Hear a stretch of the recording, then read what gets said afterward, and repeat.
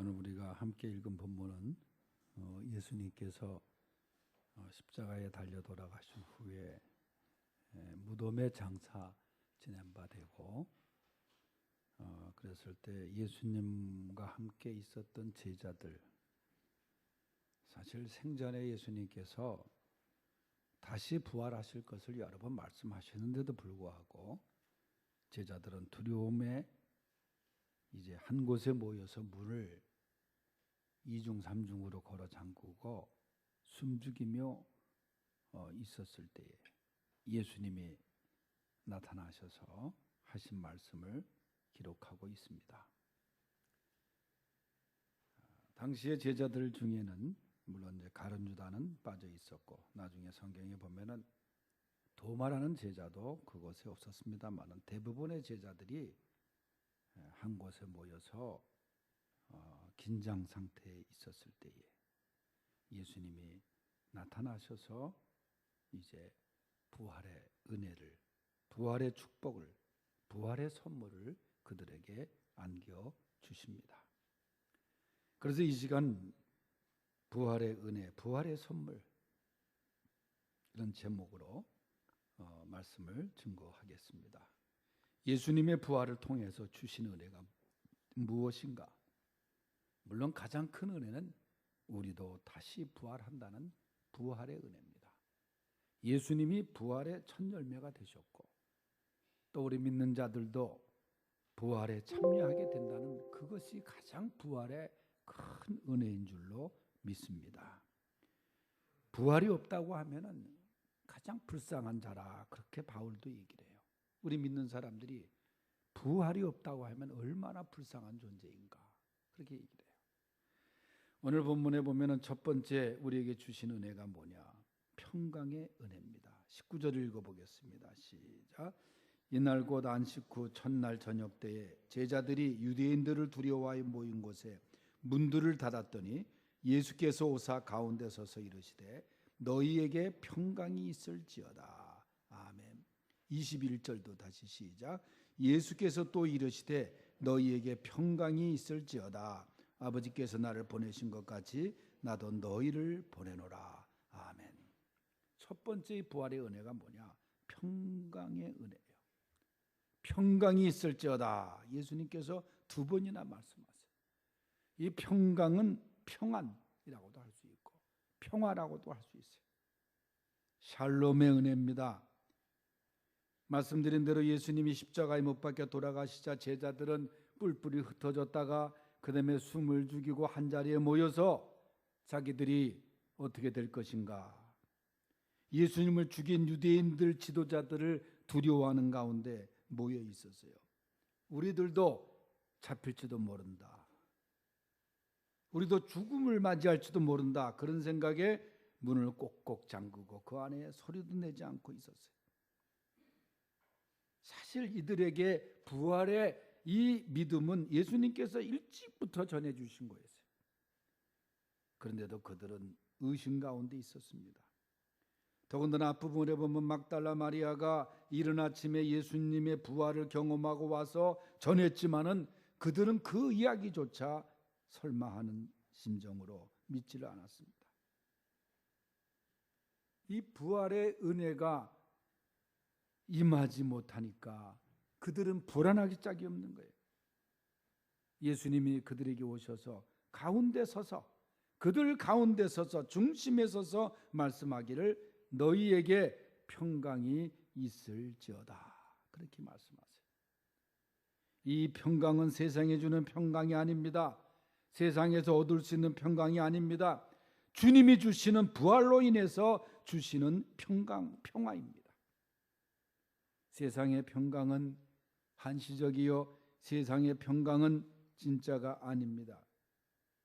예수님이 주시는 부활의 평강이 진정한 평강인 줄로 믿습니다. 이러한 평강이 여러분의 마음속에 충만하기를 축원합니다. 이 세상 걱정 근심 얼마나 많습니까? 부활의 신앙으로 평강으로 나갈 수 있는 귀한 은혜가 있기를 축원합니다. 세상이 평화를 원하죠. 그러나 세상은 불안해져 가고 있어요. 개인적으로도 또 사회적으로 나라적으로 평강이 얼마나 필요합니까? 진정한 평강은 뭐냐? 성경에 있는 것처럼 그의 십자가의 피로 화평을 이루사 만물고 땅에 있는 것들이나 하늘에 있는 것들을 그로 말미암아 자기와 화목해 되기를 기뻐하심이니라. 예수 그리스도의 십자가의 보혈이 하나님과의 평화를 열어놓으셨어요. 죄로 말미암아 가리워졌던 것이 주님의 보혈로 평강의 길이 열려졌습니다. 우리는 이 부활의 평강, 십자가의 평강, 이 평강의 은혜를 경험할 수 있는 성도들이 되어야 됩니다. 주님이 주시는 이 평강은 깊은 무덤을 뚫고 나온 하나님의 은혜의 선물인 것입니다. 두 번째 부활의 은혜는 사명의 은혜입니다. 21절 읽어보겠습니다. 시작. 예수께서 또 이르시되 너희에게 평강이 있을지어다. 아버지께서 나를 보내신 것 같이 나도 너희를 보내노라. 아멘. 성부 하나님이 성자 예수님을 세상에 보내셨다는 거예요. 성부 하나님은 세상을 창조하시고 계획하시고 이루어 가시는데 이 선교적인 것도 시작하신 분이 성부 하나님이십니다. 그 선교가 가장 중요한 선교가 뭐예요? 예수님을 세상에 보내신 선교입니다. 하나님의 아들 예수님을 세상에 보내셔서 인간을 구원하신 하나님의 그 귀한 역사. 그러니까 예수님이 하시는 말씀이 아버지께서 나를 세상에 보내신 것 같이 나도 너희를 보내노라. 그렇게 말씀하고 있어요. 부활에 참여한 자들은 주님의 사명을 받고 세상을 향해 보냄을 받은 존재들입니다. 우린 다 사명이 있어요. 하나님이 주신 사명이 있어요. 리빙스톤의 그 이야기 중에 하는 얘기가, 리빙스톤이 아프리카 오지에서 선교하다가 여러 가지 위험을 만나고 했지만은 그가 항상 하나님 앞에 간직하고 있었던 그 말씀의 은혜가 뭡니까? 하나님은 나에게 주신 사명이 있는데 그 사명이 다하지 않는 한 결코 불러가시지 않는다. 그랬어요. 우리는 그 사명이 있어요. 그 사명을 우리가 완수해야 되는 거예요. 사명을 감당해야 되는 거예요.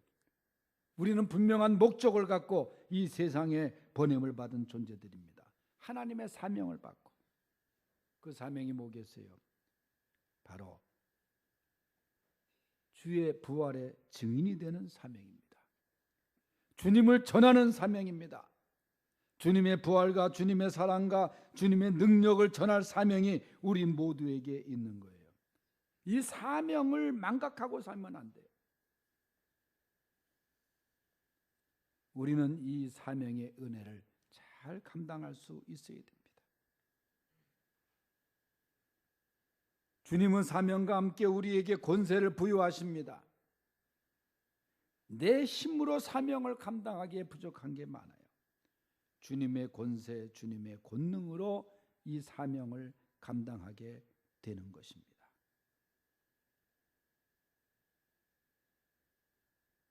바로 그 유명한 사도행전 1장 8절 말씀에 뭐라 그랬어요? 오직 성령이 너에게 임하시면 너희가 권능을 받고 예루살렘과 온 유대와 사마리아와 땅끝까지 이르러 내 증인이 되리라 하셨어요. 성령의 능력으로 우리가 이 사명을 잘 감당할 수 있기를 바랍니다. 우리에게 주신 사명, 이 선교와 전도의 사명 잘 감당해야 돼요. 우리 교회가 그 사명을 감당해야 돼요. 교회가 이 사명을 감당하지 않으면 주님의 책망을 받게 되어 있습니다. 선교적인 사명은 잘 감당해야 돼요. 어제 어떤 분이 문자를 저한테 이렇게 글씨가 좀 틀리면서 보냈어요. 목사님, 교정선교위에서 제가 조금 헌금을 하고 싶은데 제가 지도 목사로 있는 그 두기고 선교회 계좌번호 좀 가르쳐 주세요. 그렇게 문자가 와서 제가 문자를 이제 계좌번호를 가르쳐 드리기 위해서 문자를 했는데 감사합니다. 실례하지만 어느 교회 나가십니까? 그랬더니 천호동 선결교회에 나갑니다. 그 교회를 제가 잘하는 교회거든요. 근데 그러다가 보니까 그분이 이제 부산여고 출신으로 그 신영자 부회장 같은 그 동문인데, 이제 그 모임에 제가 설교를 했을 때 설교를 듣고서 이제 그 교도소 선교를 들은 것 같아요. 그래서 제가 10만 원만 보내드립니다. 연세가 많으신 권사님인데, 그러면서 이제 교회 얘기가 나와서 보니까 저 교회를 우리 주근 형이 그 교회를 나갔었거든요. 거기서 학생회장도 하고. 그래서 얘기하다 보니까 자기 남편이 이제 의사에 쓰는데 정년을 해서 80이 넘으셨는데 안과를 했대요. 그래서 보니까 제가 광성교회에 있을 때 바로 옆에 있는 안과에 있었어요. 이제 연세가 꽤 드셨겠죠. 근데 그 안과 그 장로님 동생이 우리 주근영하고 친구기 때문에 몇 년 전에 미국서 있다 우리 교회 와서 우리 어머니들 뵙고 인사드리고 갔어요. 아주 친한 친구였기 때문에. 그러면서 우리 남편이 지금 이제 병원으로 내려놨지만 카자흐스탄에 선교사가 있는데 거기 가서 진료도 하시고 선교도 하시고 뭐 그런 얘기를 하시더라고. 그러면서 그저 작지만 목사님 그 교정 선교에 돕고 싶어서 보내드립니다. 알고 봤더니 다 아는 사람이야. 자기 막내 시동생이 우리 형 주근형하고 친구거든요.